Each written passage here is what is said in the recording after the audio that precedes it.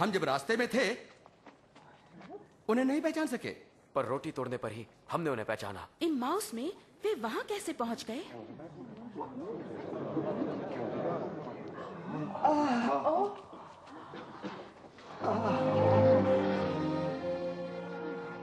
तुम्हें शांति मिले।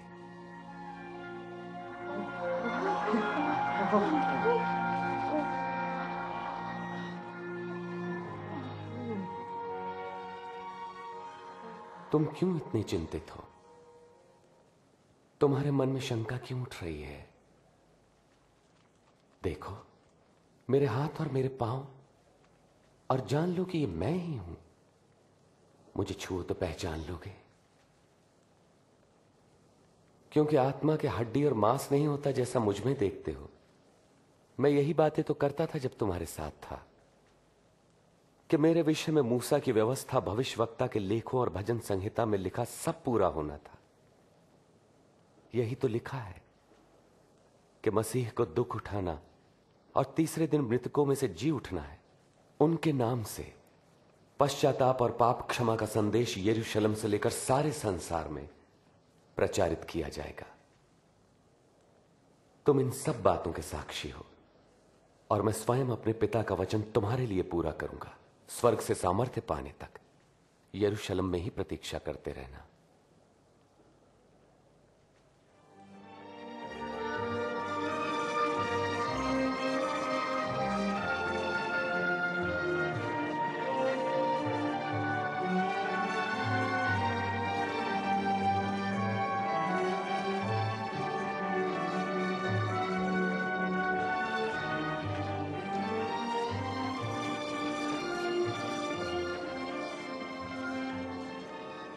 परमेश्वर तुम्हारी रक्षा करें और आशीष दें। स्वर्ग और पृथ्वी का सारा अधिकार मुझे दिया गया है, इसलिए जाकर सब जातियों के लोगों को शिष्य बनाओ और उन्हें पिता, पुत्र और पवित्र आत्मा के नाम से बपतिस्मा दो, और उन्हें सब बातें जो मैंने तुम्हें आज्ञा दी हैं मानना सिखाओ। और देखो, मैं जगत के अंत तक सदैव तुम्हारे साथ हूं। आमीन।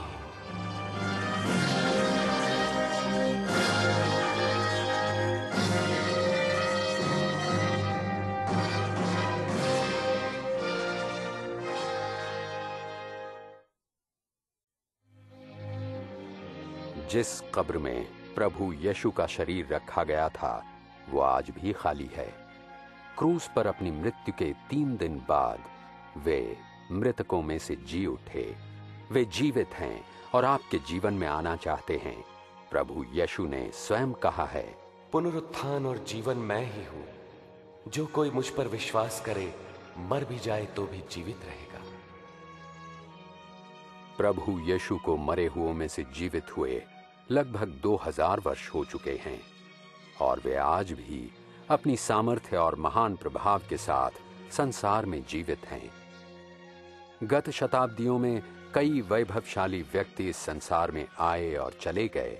शासक, विद्वान, वैज्ञानिक, दार्शनिक और बहुत से धर्मज्ञानी आए और चले गए, परंतु यीशु आज भी जीवित हैं। वो संसार के इतिहास में सबसे अद्वितीय व्यक्ति हैं। उनका जन्म अद्भुत था। धर्मशास्त्र बताता है कि उनका जन्म मरियम नाम की कुंवारी कन्या से हुआ था। यीशु का जीवन अनूठा था। उनका जीवन दिव्य शक्तियों को दर्शाता था। उन्होंने पाप रहित पवित्र जीवन व्यतीत किया और ऐसे महान आश्चर्य कर्म किए जो कोई कभी नहीं कर सकता। उनका संदेश अनोखा था। जो प्रभु यीशु को व्यक्तिगत रूप से अपना मुक्तिदाता और प्रभु स्वीकार करते हैं, प्रभु यीशु उन्हें प्रेम, क्षमा और जीवन का नया मार्ग प्रदान करते हैं। जहां कहीं भी उनका संदेश पहुंचा है, वहां लोगों को एक नया जीवन, नई आशा और जीने का एक नया उद्देश्य प्राप्त हुआ है। क्रूस पर उनकी मृत्यु अनोखी थी। 2000 वर्ष पूर्व इस भूमंडल के परमेश्वर ने अपने इकलौते पुत्र यीशु मसीह को मानव जाति के पाप के लिए बलिदान हेतु भेजा। उन्होंने आपके लिए अपने प्राण दिए। उनका जी उठना अनोखा था। उनकी मृत्यु के 3 दिन पश्चात इतिहास की सबसे अद्भुत घटना घटी। यीशु मृतकों में से जी उठे। उनका जन्म, उनका जीवन, उनकी मृत्यु और उनका पुनरुत्थान ये सभी प्रमाणित करते हैं कि प्रभु यीशु अपने दावे के अनुसार वास्तव में मनुष्य जाति के उद्धारकर्ता और परमेश्वर के पुत्र हैं। यही यीशु ख्रिस्त आज भी जीवित हैं। वे चाहते हैं कि आपके जीवन में आएं, आपके पाप क्षमा करें और आपको भरपूर जीवन जीने की सामर्थ्य दें। उनके वचनों पर ध्यान दें। हे सब परिश्रम करने वालों और बोझ से दबे हुए लोगों, मेरे पास आओ, मैं तुम्हें विश्राम दूंगा। मार्ग, सच्चाई और जीवन मैं ही हूं। बिना मेरे कोई पिता के पास नहीं पहुंच सकता। पवित्र शास्त्र बाइबल हमें बताती है कि सबने पाप किया है और परमेश्वर की महिमा से वंचित हैं। धर्मशास्त्र में यह भी लिखा है कि पाप की मजदूरी तो मृत्यु है, परंतु परमेश्वर का दान हमारे प्रभु यीशु मसीह के द्वारा अनंत जीवन है। प्रभु यीशु ने अपनी मृत्यु के द्वारा आपके पापों के दंड को भर दिया है। ठीक इसी समय वे आपके जीवन में प्रवेश करने के लिए तैयार हैं। देखो, मैं हृदय के द्वार पर खड़ा खटखटाता हूं। यदि कोई मेरा शब्द सुनकर द्वार खोलेगा तो मैं भीतर आऊंगा। उनके प्रेम और क्षमा का अनुभव करने तथा अनंत जीवन पाने के लिए आपको उन्हें स्वीकार करना है। अपने पापों के लिए परमेश्वर के बलिदान स्वरूप और विश्वास से अपने जीवन में उन्हें आमंत्रित करना है। यदि यह आपकी हार्दिक इच्छा है तो आप विश्वास पूर्वक प्रार्थना कर सकते हैं और प्रभु यीशु आपके जीवन में आएंगे।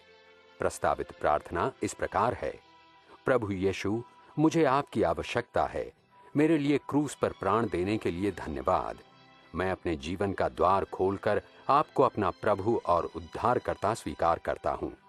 मेरे जीवन का नियंत्रण आप अपने हाथ में लें और जैसा आप मुझे बनाना चाहते हैं वैसा ही बनाएं। आमीन। यदि ये प्रार्थना आपके हृदय की इच्छा को प्रकट करती है तो जहां कहीं भी आप हैं, इस प्रार्थना को मेरे पीछे दोहराएं। मैं इसे एक एक वाक्य करके बोलूंगा। प्रभु यीशु, मुझे आपकी आवश्यकता है। मेरे लिए क्रूस पर प्राण देने के लिए आपका धन्यवाद। मैं अपने जीवन का द्वार खोलकर आपको अपना प्रभु और उद्धारकर्ता स्वीकार करता हूं। मेरे जीवन का नियंत्रण आप अपने हाथ में लें और जैसा मनुष्य आप मुझे बनाना चाहते हैं वैसा ही बनाएं। आमीन। यदि आपने विश्वास की ये प्रार्थना की है और प्रभु यीशु को अपने जीवन में आने का निमंत्रण दिया है तो निस्संदेह विश्वास कीजिए कि अपने वचनानुसार वे आपके जीवन में आ गए हैं। आप ये भी विश्वास कर सकते हैं कि आपके सारे पाप क्षमा हो गए हैं। आप परमेश्वर की संतान बन गए हैं और आपको अनंत जीवन मिल गया है। यदि आप उस भरपूर जीवन को जिसका वायदा प्रभु यीशु ने किया है अनुभव करना चाहते हैं तो प्रार्थना में प्रतिदिन उनसे बातचीत करें। उनका वचन पढ़कर अपने जीवन के लिए उनकी अद्भुत योजना की खोज करें और वे लोग जो उनसे प्रेम करते हैं और उनके अनुयायी हैं उनसे संगति रखें। और सबसे महत्वपूर्ण बात यह है कि आप उनके अद्भुत वचनों को सदैव याद रखें। मैं तुम्हें कभी न छोड़ूंगा न त्यागूंगा। देखो, जगत के अंत तक मैं सदैव तुम्हारे साथ हूं।